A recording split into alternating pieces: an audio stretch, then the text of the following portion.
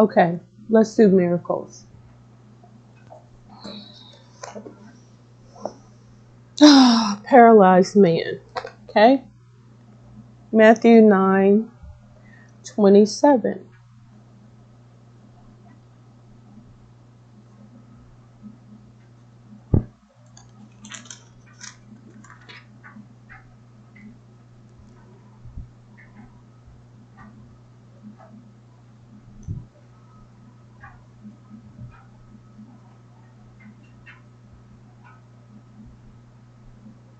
Maybe I'm looking at this wrong.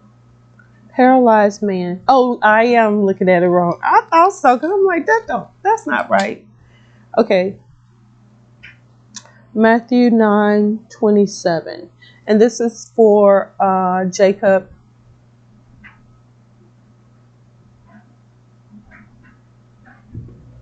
I can't even remember it. Blake. Jacob Blake. Okay.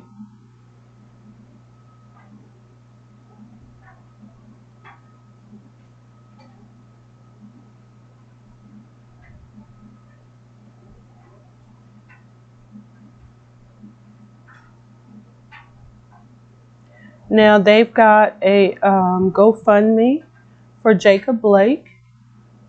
On August 23rd, my son was shot multiple times in the back by a Kenosha Police Department officer. Okay.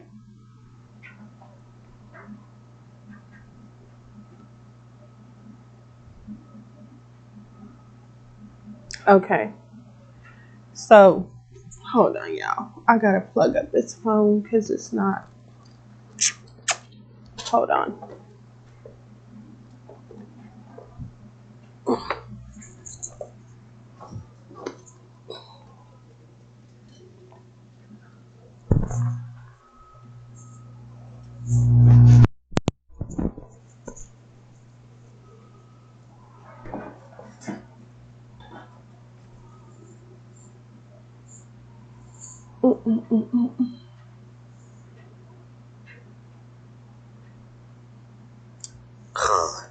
Get in there.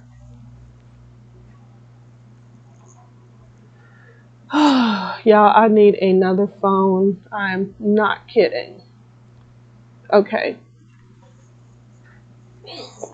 So this is for Jacob. Okay.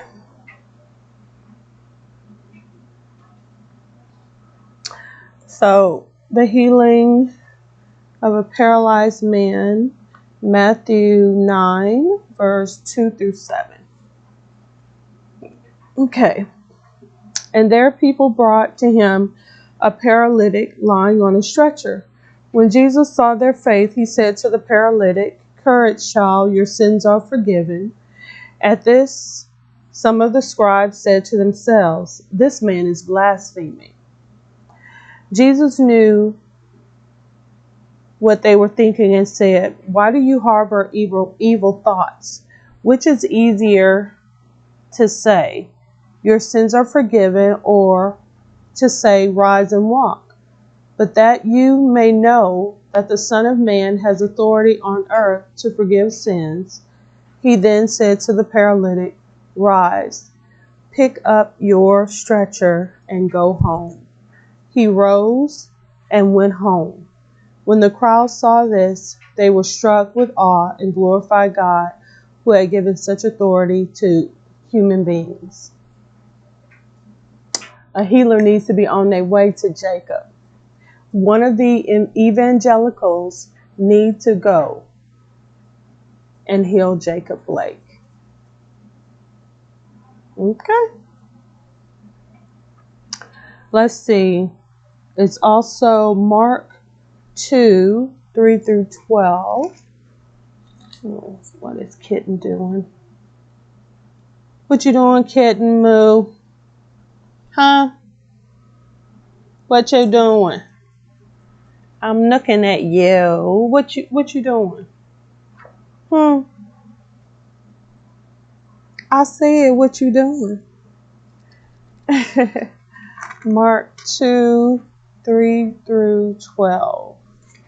Mark 2, Yes. Okay.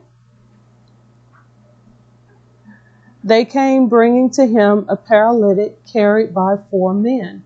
Unable to get near Jesus because of the crowd, they opened up the roof above him.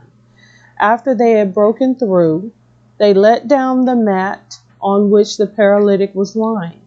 When Jesus saw their faith, he said to the paralytic, okay, again, it's faith.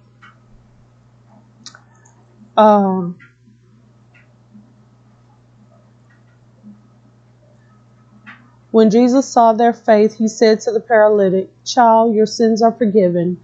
Now some of the scribes are sitting there asking themselves, why does this man speak that way? He is blaspheming. Who but God alone can forgive sins? Jesus immediately knew in his mind what they were thinking to themselves, so he said, why are you thinking such things in your hearts? Which is easier to say to the paralytic, your sins are forgiven, or to say, rise, pick up your mat and walk? So this is like politics, right? But that you may know that the Son of Man has authority to forgive sins on earth, he said to the paralytic, I say to you, rise, pick up your mat and go home. He rose, picked up his mat at once, and went away in the sight of everyone. They were all astounded and glorified God, saying, we have never seen anything like this. We got another reference. 5:18 through 25 of Luke. Luke is the doctor. So this ought to be interesting. Luke 5:18 through 25.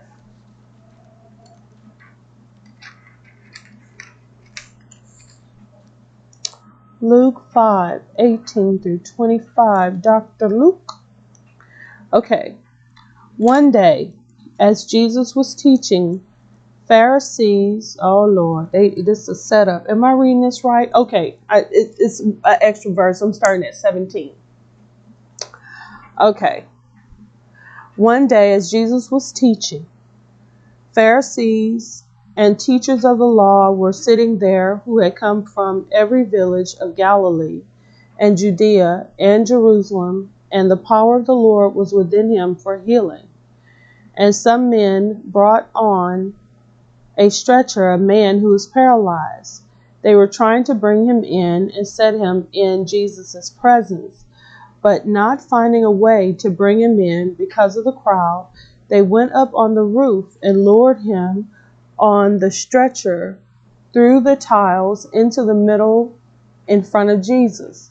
When he saw their faith, he said, as for you, your sins are forgiven.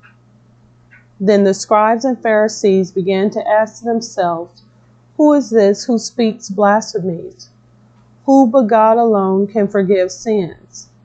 Jesus knew their thoughts and said to them in reply, what are you thinking in your hearts?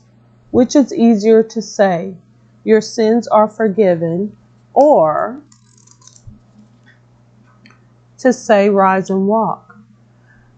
But that you may know the Son of Man has authority on earth to forgive sins, he said to the man who was paralyzed, I say to you, rise, pick up your stretcher and go home. He stood up immediately before them, picked up what he had been lying on, and went home glorifying God. This astonishment seized them all, and they glorified God. And struck with awe, they said, we have seen incredible things today. What do y'all think? Lord, if there be a healer at this time, let them go to Jacob Blake and heal him.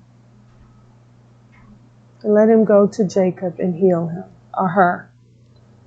It's probably a child. Wouldn't that be something? Breaking news, Jacob Blake has been healed.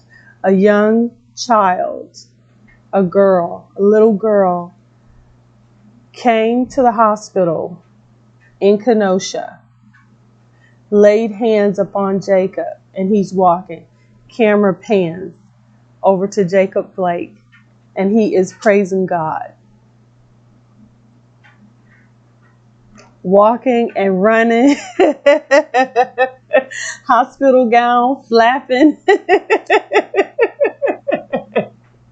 His mom on her knees crying. His sister praising God. At first, just shocked. Because she said she ain't crying no more. Because it's just regular schmegular stuff.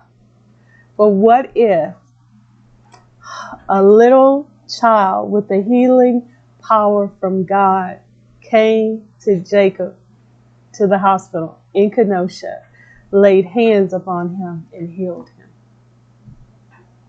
Oh my God. That video would go viral.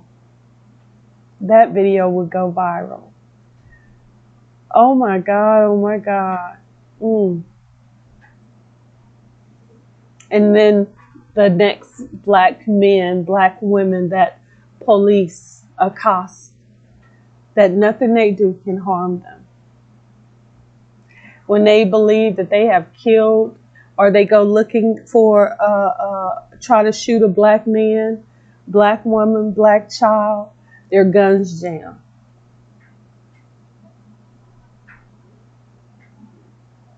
The one who gets up and decides that he's going to harass black people in any way goes into cardiac arrest. The next time a police officer sees some black children and he's going to go over there and harass them in any way, his squad car blows up.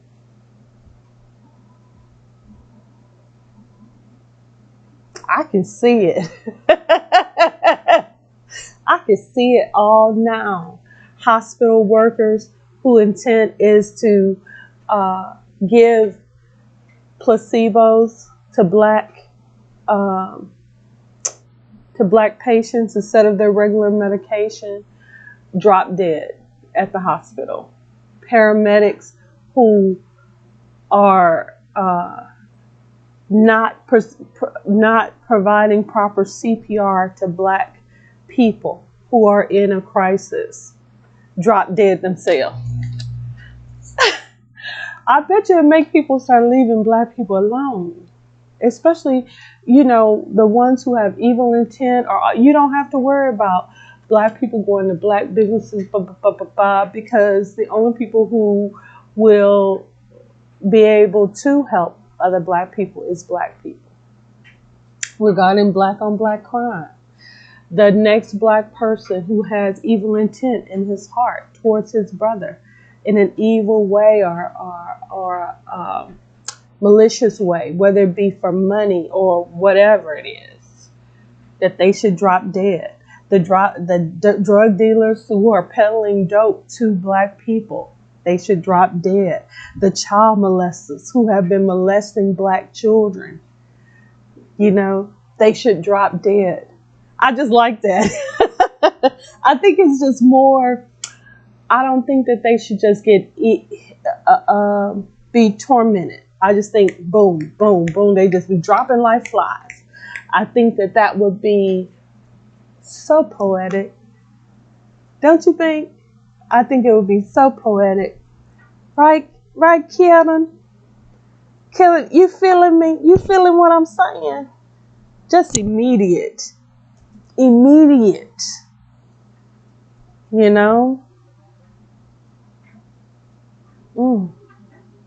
I see it. See it with me, y'all. See it with me now. I see those police officers that had Jacob by his shirt and started shooting him. Those bullets didn't come out, but his gun jammed.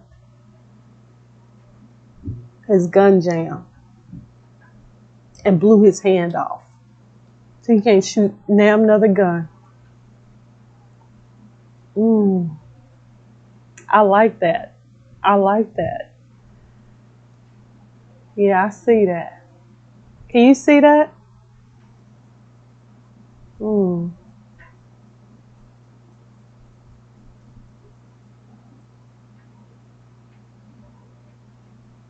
I guess we don't really need the courts, do we?